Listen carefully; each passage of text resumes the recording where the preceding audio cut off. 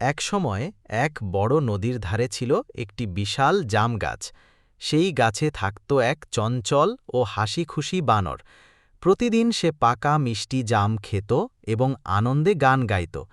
একদিন নদী থেকে এক কুমির তীরে উঠে এলো।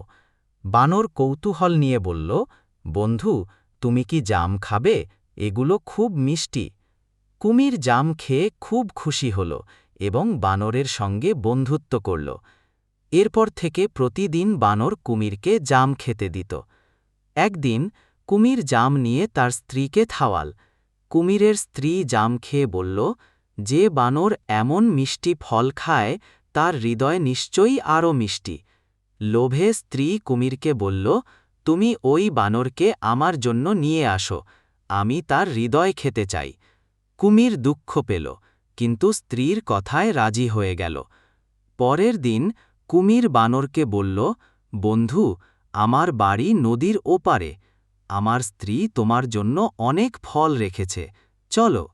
বানর বিশ্বাস করে কুমিরের পিঠে চড়ে বসল। তারা নদী পার হতে লাগল। মাঝ নদীতে কুমির বলল, বন্ধু, আসলে আমার স্ত্রী তোমার হৃদয় খেতে চাই। বানর ভয় পেল, কিন্তু বুদ্ধি খাটিয়ে বলল, ওহ, তুমি আগে বললে না কেন? আমার হৃদয় তো গাছে রেখে এসেছি। কুমির বিশ্বাস করে বানরকে তীরে ফিরিয়ে আনল। তীরে পৌঁছেই বানর লাফ দিয়ে গাছে উঠে গেল।